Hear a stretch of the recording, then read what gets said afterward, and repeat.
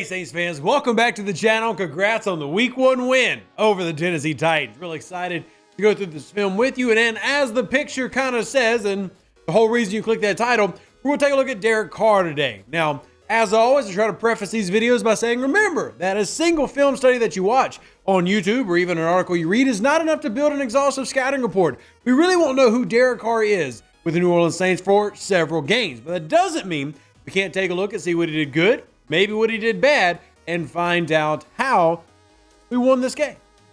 So without further ado, let's get going. I do want to also add that we're not focusing on other players like Trevor Penning, who struggled this game, or anybody else, but we might bring up notes for them throughout the film study. So I hope you enjoy it, and if you did, all I ask is that you do the simple things. Like the video, like this. Yeah, 2 thumbs. Don't do it once, but yeah, like the video. You know what to do.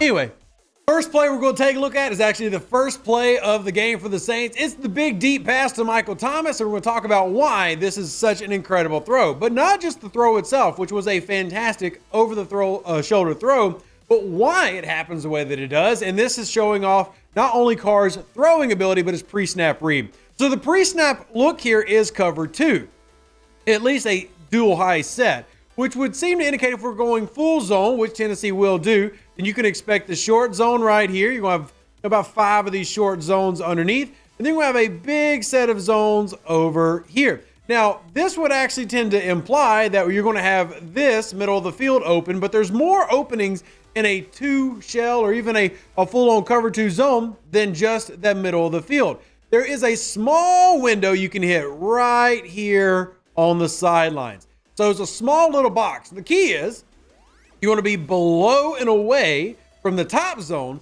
but above the underneath zone.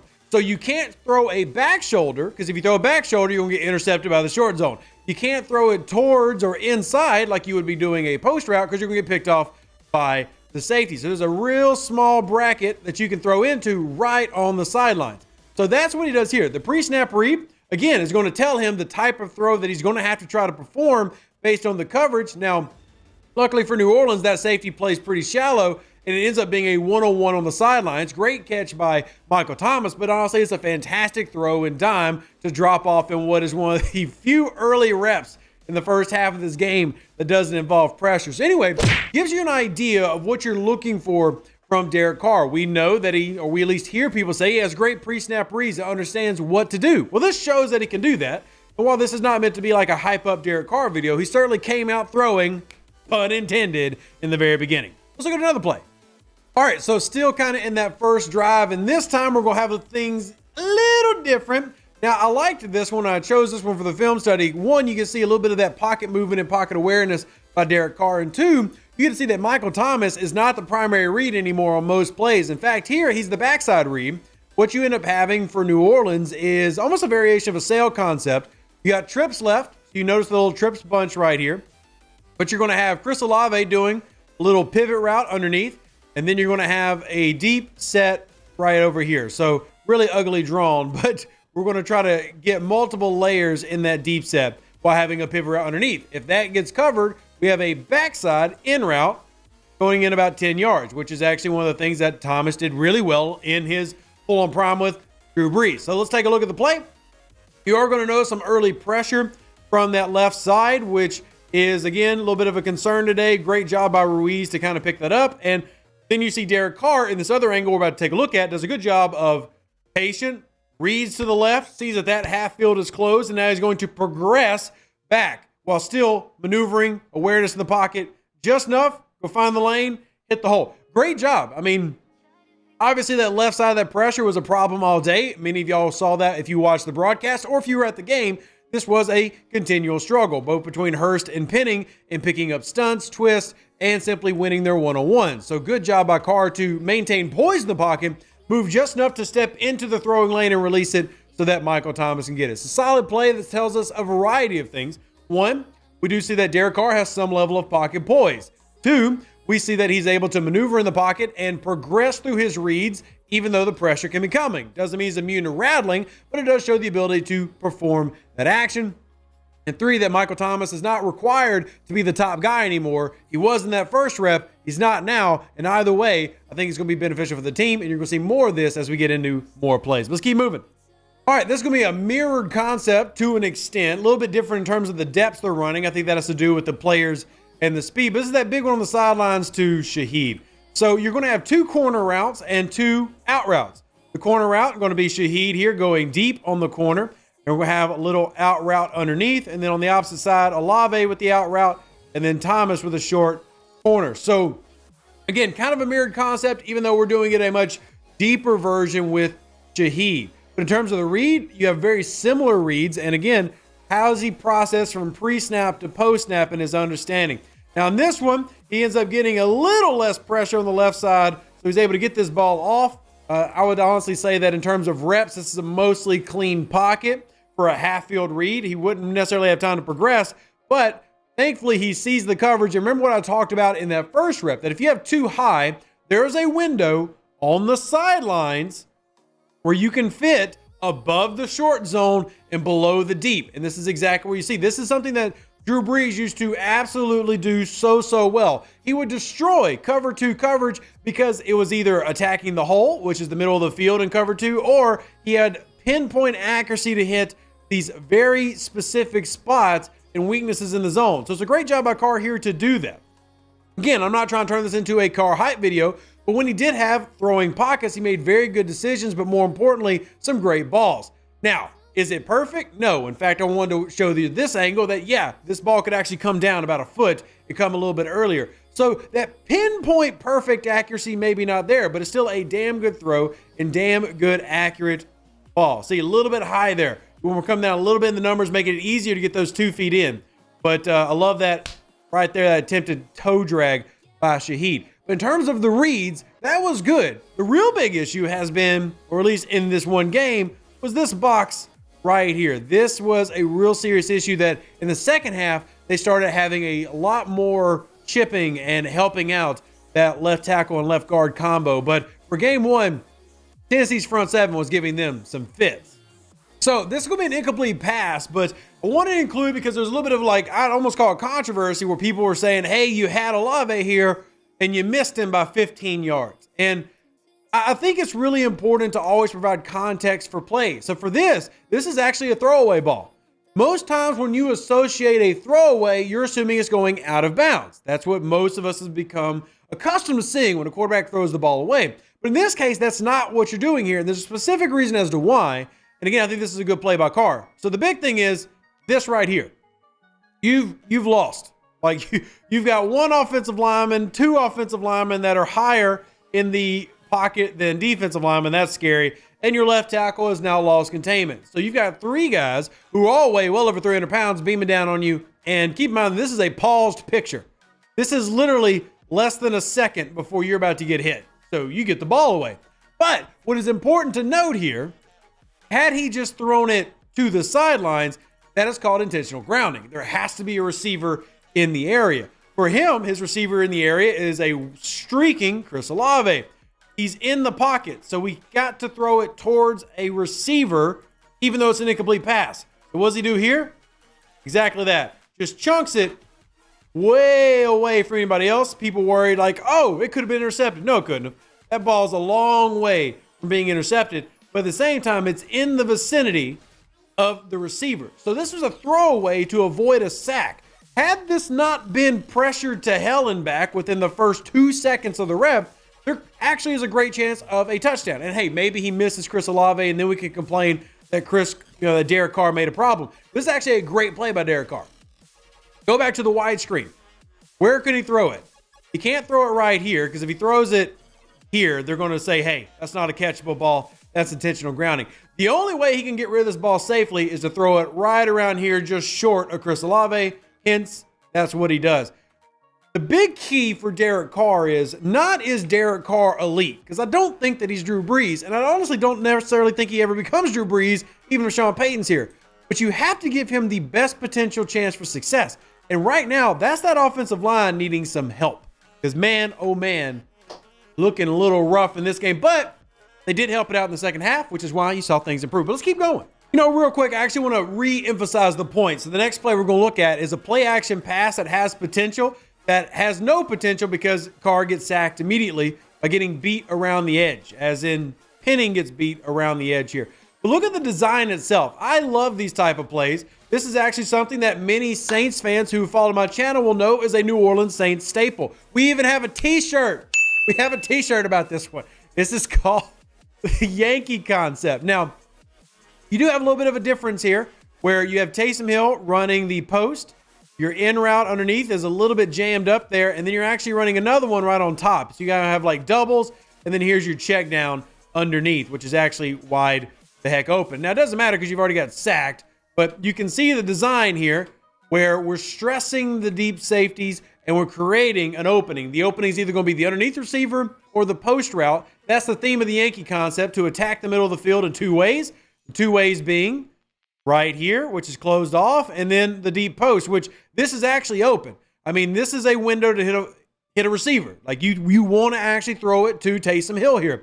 And because you have Michael Thomas on the backside, the safeties are forced to respect both of them. So this is what's called about putting a defender in conflict. They now have to make a choice. So that is now, well, could have been, coulda, woulda, shoulda, a fantastic play that never even has a chance to pop off. And hey, maybe Derek Carr doesn't make the pass. Maybe he fails. But we can't really judge Carr on what he doesn't do, right? We can only judge on what happens. And in this case, you're seeing, again, problem in this first half with the offensive line giving Carr the time needed to even have the opportunity to make some of these plays. Let's keep looking. This one is one that Derek Carr himself kind of called up. This is a missed opportunity.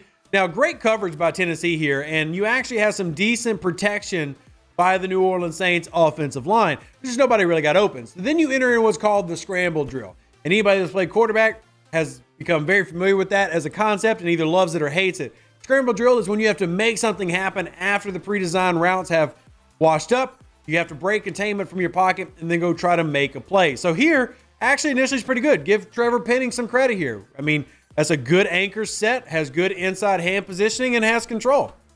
It isn't until right here that we finally break away, and now we have to make a play. And I think he does a great job here. And again, this is, in my opinion, was a touchdown, but happening in real time, I 100% get how this isn't seen as one. But just to give you that visual picture you need to be like, yeah, this is a touchdown. Well, there you go. But at the same time, completely understand why this doesn't get called a touchdown. But still a great use of the scramble drill. So if nothing else, you're getting to see Derek Carr extend the play, move out of the pocket, have good awareness of the pocket, and just sometimes guys aren't open. I mean, Michael Thomas, and I think that these are things that are going to have to get cleaned up, but you got two guys in the same spot, so that's automatically out. That's nothing. This is pretty locked down for now. This is completely locked down, and this is locked down. So at this point, there's nowhere for Carr to go. Now, you can wait 2 more seconds. Let's do 1 Mississippi, 2 Mississippi at the point of the break, and you still have got absolutely nothing. You can maybe argue that you got Juwan Johnson inside at the S. That's a tough throw, and especially for a guy who has no separation with another DB sitting right underneath. So I like the movement here. I love the recognition. It's actually a decent job of the O-line there. Just now nobody got open. And some of that not opening, I think, is actually the problem of the receivers with communication, spacing. It's a little bit too jumbled up all in one spot. But let's keep moving. A little bit of love to Pete Carmichael. Just a little bit. Yeah, it's okay. Now, we saw this concept or this type of route, which is an angle route, get used in multiple ways in this game. But what I want you to pay attention to is how Pete Carmichael has really started to take advantage of how teams fear Chris Olave. And by that, I mean, well, we're again in a too high set, right? So remember what I told you before is in a too high set pre-snap, you expect that read to be middle of the field open. So all this is expected to be open now. But you still can't guarantee that because there are things called post-snap transitions, and you can rotate into a different look. But the key is we want to pair up our matchups based on, you know, maybe our star player. And at this point, I think Chris Olave deserves that. And that isn't to say that Juwan Johnson isn't a good player, but this is one that you designed Juwan Johnson open. And as soon as they hit play, you'll probably see it, but don't worry, I'll explain it anyway. Play, roll. And if you don't see why this was a perfectly designed play taking advantage of Chris Olave, let me break it down for you I know this is supposed to be about Derek Carr, but he's still got to make the read, right? So the big thing is right here. So while Juwan Johnson is making his break in his one-on-one here, the key is the safeties. So look at the safety over my left shoulder. Notice how his platform is open and he is still directed towards the QB while also still shading into his zone. So he's defending to a good degree with still having the mobility to react in any direction in his side of the field. Look at the other one. This is the fear that Chris Olave brings. This safety, fired at 31, by the way, at number 31, has a good safety. But he's already committed to Chris Olave's route in either direction. He's committed to the deep threat. We can't let Olave burn us for an 80-yard TD because he will. So what does that end up doing? Perfectly opening up this, because now that safety simply can't react. You're attacking the direction that safety is coming from, and that ends up being a big play. And by the way, shout out to Carr, which we'll see in the back here. Fantastic job to stand tall in the pocket and wait for this route to open, because a pivot route, a Texas concept, all these things are going to take time. They are not immediately available. You have to stand tall and wait. He does that, knows the hit's coming, gets the ball out perfectly. You have a big gain. Great play design, great patience and poise by the quarterback, and a great job by our great Juwan Johnson. Yards after catch. Let's keep it going. Whew, we talk all the time. We don't do film studies here that are just hype videos. We don't do highlight tapes. So this is going to be showing off that interception. We haven't seen Derek Carr be perfect today, but he's made a lot of good choices when available. Here he is making simply a really bad choice. And the key is here understanding down and distances, timing. This is a 3rd and 17 with 46 seconds to go. So now it comes down to situational football. Now, Derek Carr has to remember the situation, because the pre-snap read he gets tells him this route should be open, but he has to understand the situation is not universal. What that means is coverage is not black and white. Something that's cover 2 does not mean it's cover 2 every time it's cover 2, as in the depths can be different. In a play where you know that the team has you down, 1 minute left in the half, and you've got to get 17 yards, do you think that their normal depths are going to stay the same? Logically, they won't. So in a normal cover 2, they're probably only going to be 5 to 7 yards deep in their zones, because they're trying to defend the sticks, and they'll rely on the top zone to maybe be between 12 and 15 yards. And that space in between is where maybe you can target. Here, they're going for a much deeper set because you have to get so many yards, and you're already in field goal range. So they're making sure that you don't hit them with a first down or a touchdown to extend this drive. They want to hold you to a field goal at this point or lure you into a turnover. So remember what I just said, 5 to 7 yards is what you would typically think of in a normal cover 2 situation, which means a post route into the middle of the field would be open. But here's why it's not. One, Derek Carr's been facing pressure this entire quarter. I did not show y'all all those plays, but many of you will remember them. Two, he has to read post-snap and not make a bad decision. Pre-snap read was there already, stepping up in the pocket because of pressure. And what does he do? Now, if you remember where I marked it, 5 to 7 yards for a short zone, maybe even a little bit further back, would have been right at the 25. Look how deep they get into. This break happens at the 15. So even if you argue things like your depths of a cover 2 can be even 10 yards, this underneath zone has now gone back 20 yards from the line of scrimmage. How about 15 yards from the line of scrimmage? The line of scrimmage is at the 30.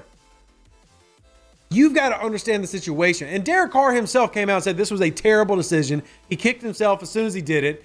The pre-snap read versus Tampa 2, a normal Tampa 2 would probably still be a tight one, but you could get away with it. In this situation, those shallow defenders are going to drop even further back. You better have a perfect window throw or know exactly where you want to go, or you're going to get picked. The only places that arguably could have been an appropriate throw here for this particular set is the ones we talked about earlier in the game. That window shot right there on the sidelines. That should have been the option on either side of the field. If you're going to take a throw, try to hit the window. That way, if they catch it, they get out of bounds and it stops the clock, or it's an incomplete pass and you didn't throw into the heart of that defense. So again, he said it himself. There was a bad read, bad throw because of situational football. And there you have it. These are the type of things that he can't do. Simple as that. You can't do that, Derek Carr. You don't get a pass just because you had a great touchdown pass that didn't get called your way a quarter ago. So let's move it on. All right, back at it again. And again, you're going to see him under pressure. So we made it later in the game now. So you're going to see once again, left side getting beat. Both guys end up on the ground. And I absolutely love the play by Carr to try to make something out of this. So what you actually have is another set of planned reads on the right side, kind of be in that triangle. Remember we just talked about, probably 4 or 5 plays ago, where we had an, kind of like a pivot route by Chris Olave. Well, this time we got Thomas coming in. We've got little post route here, little in breaking route, and then we're going for an out route on the backside and then corner route. So you have 2 different types of reads based on what half of the field we're reading. But immediately we got pressure. It doesn't necessarily matter. Now we get into the scramble drill. It's a great job by Juwan Johnson to try to get open for this. It's a great job by Carr to just not get sacked because he immediately, Hurst loses and then Penning loses. He manages to escape. And then you got to go try to find somebody and work the scramble drill. Sadly, he gets popped in the face, which is a penalty, which is good for New Orleans, but I hate the man got popped in the face. Again, this is a consistent thing. And what New Orleans ended up doing is not doing this look anymore. You really stop seeing empty sets. You start seeing more tight ends of whether it's Foster Moreau, whether it's Juwan Johnson chipping to give help, and running backs doing the same thing as that second half came along, which helped Derek Carr. Took less receivers out of the field, but it also helped alleviate some of the pressure because this was a continual theme for about the first 2.5 quarters of the game. And obviously you can't have this moving forward. And credit to the Tennessee Titans defensive line, by the way. I think they deserve a hell of a lot of credit. They are better than they probably got credit for by a lot of people coming into this game. And it's hard to imagine that they are not going to be one of the better units if they stay healthy. But anyway, there you go. That's just more of what you had. Let's get to a positive. Let's get to the touchdown. And this is a beautifully crafted touchdown that you can tell had a lot of practice because the timing is perfect. People always ask about timing. How can you tell timing between a wide receiver and a quarterback? I'll show you right there. You see that little pump? Did you see it? Derek Carr's little oomph. Watch at the same time as Rashid Shaheed drops a little hezzy. This is timing, route running. Bam, hezzy and pump, same time. Get both of them in there. Freeze that outside defender, then go over the top. So this is what I actually love to see when you have a little bit of protection and a good read. Some of these throws are design throws, right? This is a great job. Now, that doesn't mean that I think that Carr can't progress the field, but this is one that's designed to be, this is your hot route. This is the one you want to focus on. If it goes well with the safety read and see that just hardcore commitment. Oh my God, you're screaming. You might as well just be yelling adulations if you can make that guy sit. Both Rashid Shaheed and Carr with great timing, fly past him, touchdown. And that's the reason it's so wide open. It's not that just Shaheed is fast. It was a great technique by both players resulting in this. You just needed literally enough pocket time to make it happen. And I actually would blame Tennessee.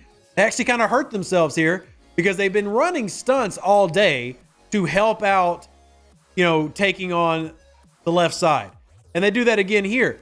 But again, we talk about adjustments that New Orleans makes. Well, one of those adjustments is, see Adam Prentice right there? He's there to chip on that outside. Well, thankfully, Tennessee ran all their defensive linemen into the strong side of the line, which is the right side between Ramczyk, Ruiz, and McCoy. So it got kind of jumbled up there. Ruiz does a good job picking up the stunt, as you can see coming across the front of your screen. And you get enough time to make this pass happen. Had they just tried a straight pass rush to the left, maybe it wasn't as effective. But again, this is one of the changes you can see.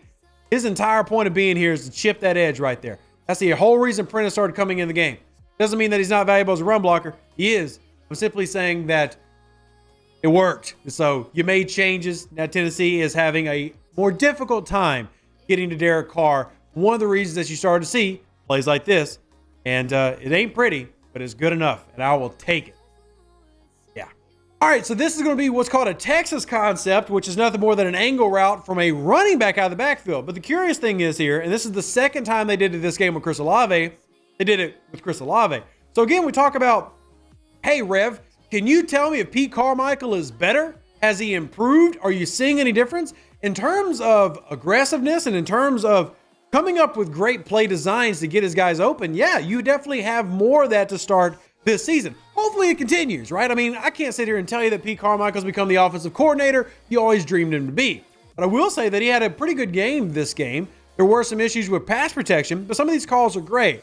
And what you end up having, again, we have a dual running back set. So this is gun with 2 backs.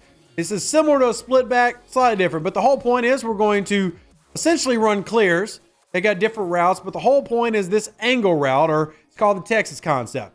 We're just doing it with Olave instead of a running back, which immediately creates huge mismatches if the Tennessee Titans, which in this case have been running zone most of the day, are not in a man cover situation where they have their best guy following Chris Olave, which they don't. They've been sticking through zone most of the day. They're going to drop back into same thing, and then that opens up a massive hole.